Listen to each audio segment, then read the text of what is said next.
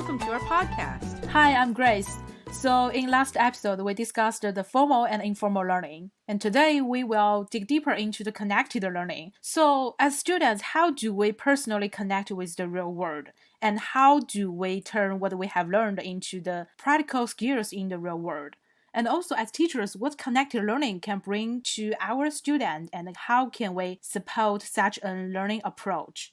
I think those are really great questions. And I just want to say, first of all, connected learning is considering not just the individual, but it's considering how the students shape the world, but the individual also shapes the world. Do you know what I mean? Because they're actually considering social context of student, where the macro influences the micro and the micro influences the macro. You know what I mean? It's just everything connects with each other and it shapes and influenced with each other. Right, exactly. And I think that's one of the most important elements of connected learning, because you know how it is a lot of the time, learning is considered just academic institution. You know what I mean? It's only the academic, but then they're not considering actual contextual situations of each student, So it's kind of like they're discussing how connected learning benefits everyone, no matter their social economic background. So by thinking of learners as actual full-fledged human beings, this is how they implement it through the three spheres, which is interest, relationships, and opportunity. So interest is, like hobbies and everything, like arts and sports and all that. But it's, again, still considering the broader social and cultural context. Yes. And of course, relationships is where your peers and adults, which they figured out later on that they added adults to that, to facilitate interest and support learning. And so I wanted to ask you, Grace, why don't you describe the opportunity part? For me, I think when I consider the opportunity, it is also it's very important aspect, Yeah. So I think it is a part of the traditional education that needs to be improved because traditional education didn't provide so much opportunities for the student. Yeah. So every year we can see a lot of excellent student graduate from the schools, and they all get a lot of A's, but they still cannot find a job. Right. So I think that is something that school need to reflect on. Right. And just to kind of go into this point, it's kind of like the starving artist, right? Yeah. Where we're so conditioned to say artists are starving but then all these amazing artists can't get a job. Yeah. So that's basically what we're doing is we're creating all these people who get straight A's and all these people who graduate as excellent students, honor students, just like you're saying, but then they can't find a job. That's the opportunity that's missing. Yeah, so that is why, so I think the student need to gain a connection with the real world so they can get these opportunities, So on the one hand, maybe they need to know what the knowledge they are learning works in the real life, about maybe mathematics, about the language, And on the other hand, I think they need to know the practical meaning of study of education, why they need to study, why they need to go to the school, Yeah. So it is not just about getting a score. It is more about acquiring skills. So right. And yeah, basically it's acquiring a skill, and the only way they're going to acquire that skill is if they are actually getting meaning from that. So it always circles back to learners need to connect meaning to what they're studying, especially with abstract things like mathematics and stuff like that. Yeah, so that the student will like learning. Right. So for me, I think the connected learning can provide the student with these opportunities to bridge the gap between the schools and work. Yeah. And I think that's very important to have the support of the families, of the adults, and also the school, the mentors in the process, because their support can turn a student interest into the passion and a career development. That is what the school need, right? Yeah. And what do you think the participation and the support of the family, the friends, the adults, and mentors? Well, with learning brokers themselves, which is basically what they're all about is creating and finding opportunities for the students, which is like mentors, teachers, and everything like that. Even the parents can be learning brokers if they're facilitating learning that interest. But, often with youth-driven networks that basically lacks adult support, which is an anime club or a video game club. The parents aren't always going to turn up for their gaming event. Yeah, they don't want their children to play too much digital games or play so much digital tools. Right. And maybe some kids would actually be interested in making video games. But because we're not actually even thinking about their interest and how to kind of include that into the real world, you have to kind of connect interest. We should talk about like the Kyle situation, where he like basically had his grandfather was teaching him everything. Remember that in the text? Oh, that is the branding. For this case, I think the most important thing is that this kind of support from the affinity relationship provides the place to collaborate and a safe environment to take the risk of the failure. I think you mentioned it's the branding examples in Ito's article, right? The 13-year-old student, 13-year-old boys was making the models with his grandfathers, and he got interest. And he wanted to give up when he failed, but he learned from his grandfathers how to stay calm and when it comes to fall, And that is very important. That is a big deal for the 13-year-old student. And also he wanted to develop his own business about the repairing the bicycles, And I think a lot of time our students need a relatively safe environment, a safe place to make a mistake and experience the failure.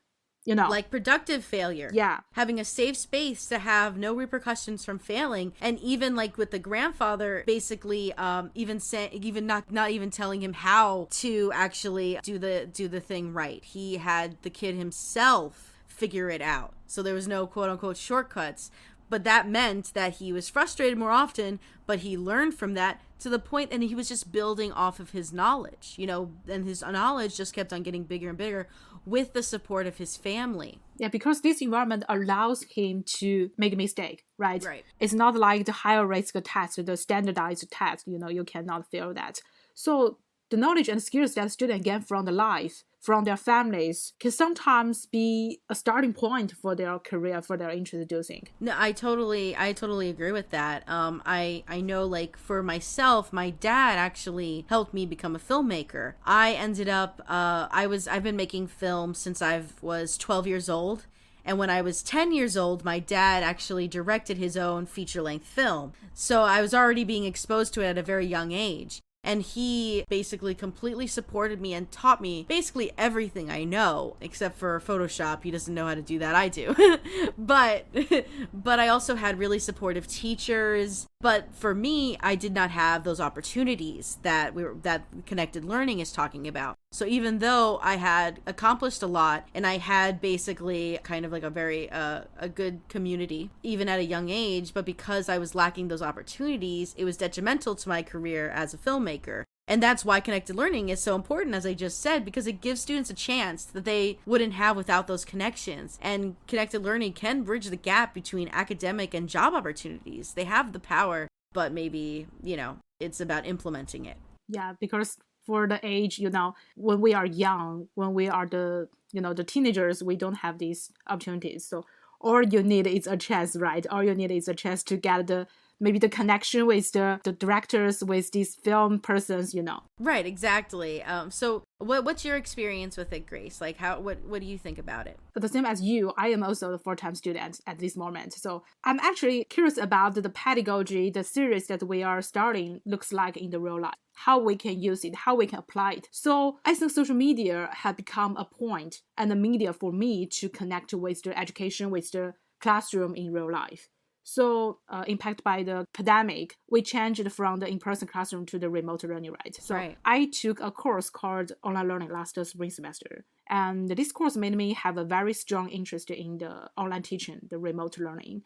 And then I was curious about how the teachers conducted with their teaching activities during the pandemic. And therefore, I wanted to do a research on the current situation of online learning in China because I come from China. Right. And I wanted to analyze the issues from the teacher's perspective, how they use this technology, how they use these teaching platforms, So I decided I'm going to interview these teachers.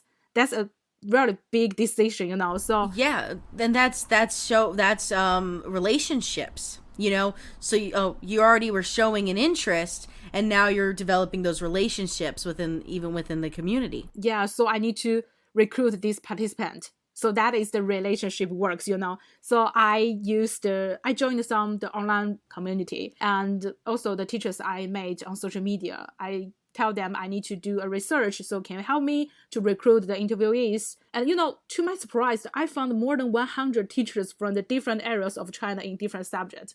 That's amazing. Yeah, so it is very challenging process. During the summer, I wanted to give up many times, but I got support from my friends and my professor. Even the people I interviewed, they support me. They tell me, yes, Grace, that is a very good topic. You need to keep doing this. So this increased my understanding and confidence on this topic through this research, because I realized that I could do these challenging things well, Right. So I keep my interest in this topic, including the instructional design and online learning. And I was looking for more resources through the internet. I'm looking for the related articles, and I'm looking for some videos, the teaching videos. And then one day I found an opportunity. I found an opportunity for me to apply what I have learned in the real life. So I applied for the internship, and I started learning how to build a resume and how to communicate with the world outside the classroom, because they are so different from the school. Right, because it's like a job versus a teacher. Yeah. And that just has so many, like, what you feel is like it has so much weight on it. I mean, I guess for myself, I had a lot of weight on me when I was wanting to talk to a professor because I was a new student. I think we all go through that period. But because it's a new person outside your degree, that they can just say no to you. And, school allows you to make mistake, right? But the workplace not allowed you to make mistake. Right. That is what I feel very difficulty when I do these things. And But now, I got this chance. I got the chance to interact with the real teaching. It is really hard process. What I did, it's always something that I haven't done before and I'm not good at. I just improved it. I just changed myself. Well, and I want to say, when you say not good at, that just means you're a novice at it and haven't been able to become an expert just yet. Yeah. So, just to tell you. Natalie, the great thing is that you started an interest and you go through the frustration, you go through these boring things, you go through these challenges, and sometimes maybe you will lose interest. Sometimes maybe you will want to give up. But you never lose the support and the help from them, Yeah. It just shows how powerful good relationships can be. Even when you're doubting yourself, if you have those external support systems, it makes you want to succeed, in theory. Yeah, it's very powerful, Yeah. Someone to push you to success. Yeah, it's better than just them being proud of you. It's that they're being completely supportive of you and want to even help you. Yeah, so from this, that your interest grows stronger, and the interest becomes a passion, maybe even can become a career for you to develop in the future. So that is the best thing, because if you study in isolation, it is easier to give up because you are so separate. But if you have the connection and the interaction with the real world person, you will find that you can get a lot of encouragement, from the real world. And I think as a student, for me, that is very important for a student for the long-term development. Actually, this reminds me of a line from a TV show called, I think it's Get Shorty, where he was a director or producer or something, and he was talking to this girl who was the daughter of a famous movie star or something like that. And basically, like, some famous director comes through the door and she's having this big party with all these famous people everywhere. And then he was talking to her and she just said, oh yeah, connection is the easy part. The hard part is the actually making of the film or whatever. And it was just like, when I heard that, and the character himself heard that, he was like, oh, you only think that because you can get those connections. And that just, it sort of made me think of that, how if you have the connections but don't have the interest, and you don't have the means to develop that interest or want to develop that interest, then opportunities mean nothing really, or mean less, because they still mean something, but they mean less if you don't have passion behind it and willing to work to make your interest and the best it could be, And I think that all the three elements are so important, Exactly.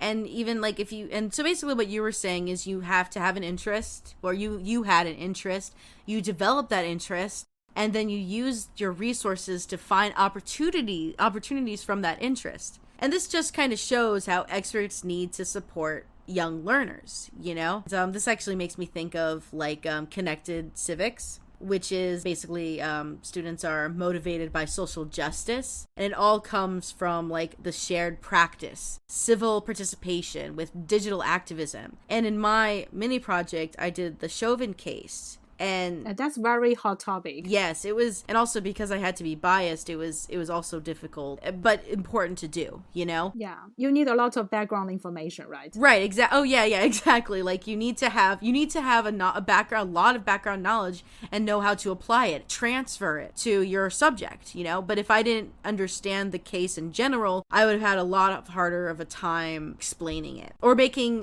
critical or utilizing critical thinking skills in order to analyze it. When you mentioned this assignment, I think that's a very great way to help the student to have a connection with the real world and develop their critical thinking ability, and also to search information, to use the online resources, And teacher can use these ways to get the student out of the classroom. Right. And passionate about the real world and participate in the civics life. Yes, exactly. And it's basically young people are like, for instance, I think her name was Greta Thunberg, who was climate change and like was a protester and like a big time climate change activist. And she was like, I think 17 or 16 when she did that. And it just kind of shows how young people are getting more and more involved with social justice. And so our education system needs to keep up with that changing of environment. We need to actually keep up with it as opposed to fall behind. Yeah. And do you think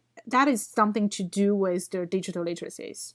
Well, I think it definitely does. And just the fact that, and that's what digital activism is, basically a shared practice. And there's also like a shared purpose. They want, basically both is about, they want to have a meaningful impact on the community or like the, society at large, or even a small amount, like with shared purpose. They basically would, for no financial gain, just an example was putting English subtitles on Japanese anime. Yeah, that's very common, that's a very common. Exactly. Like Beastars isn't out yet and I want to watch Beastars, but I can't because it's not English subtitles, but you can find it online. And there are ways to find that online. And of course, like, that's not educational exactly, but it's all about that shared purpose, that sense of purpose that drives people. So yes, I would say the civic life and civic duty, I guess, is influenced and promoted through digital literacy. Yeah. So how does this connected learning contribute to the